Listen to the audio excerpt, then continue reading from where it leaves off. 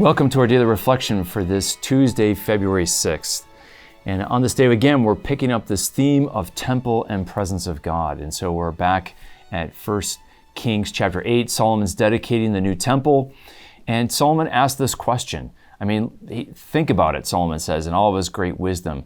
The God who made space and time, the universe, the cosmos, is he really going to dwell in this simple little building? And can this simple building contain the presence of God? And that's a great mystery. It will hold the presence of God, but it doesn't one can't contain God, so to speak. And so I love the question that Solomon asks, and it's good for our meditation. Can indeed it be that God dwells on earth, right? The God who made all of the cosmos, can he dwell within it?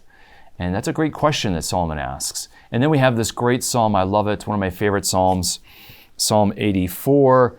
How lovely is your dwelling place, O Lord.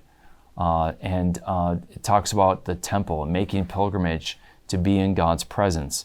And then that leads us to the gospel reading. And again, the question or theme of God's presence will be important in this theme because Jesus is in the land of the Gerasenes again after he's just healed.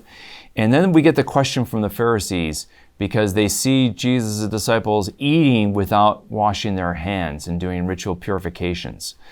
And I want to explain what the significance of Jewish ritual hand washing is before meals. What happened is the Pharisees, which means parushim in Aramaic, which means the holiness group, right? They wanted to renew Israel in holiness after the exile. And one of the things they did is they took the rigor of priests in the temple doing ritual washings before they did the sacrifices and the sacred meals in the temple.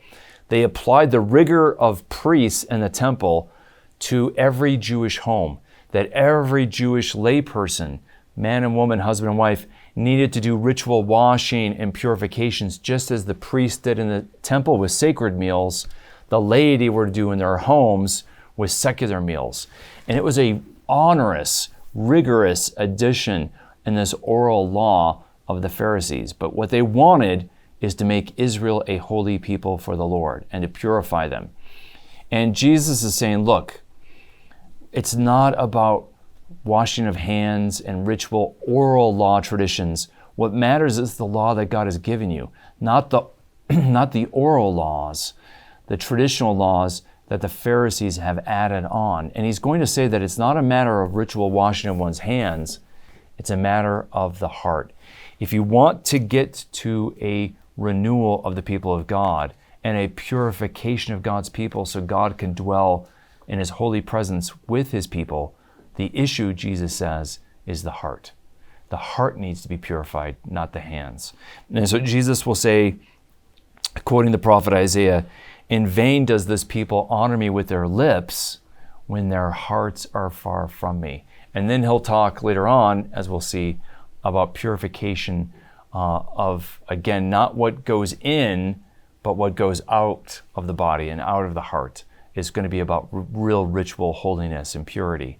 And so Jesus then, as again, you may not think of it in a sense, but this whole idea of ritual washing is again about temple, presence of God, and holiness. And Jesus brings it to what's essential, not what's accidental. He brings it to the heart. And so today let's reflect on our hearts. Are we making our heart pure and holy so that we can have God abiding in us? That's the Christian novelty, that God dwells within each of us by the Holy Spirit. We are all, in other words, temples of the Holy Spirit in God's presence. And that requires a holiness of heart. May the Lord bless and keep you.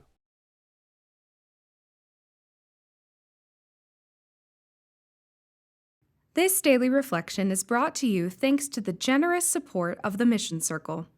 Join the Mission Circle to help Catholics worldwide understand, live, and share their faith. Sign up at missioncircle.org today.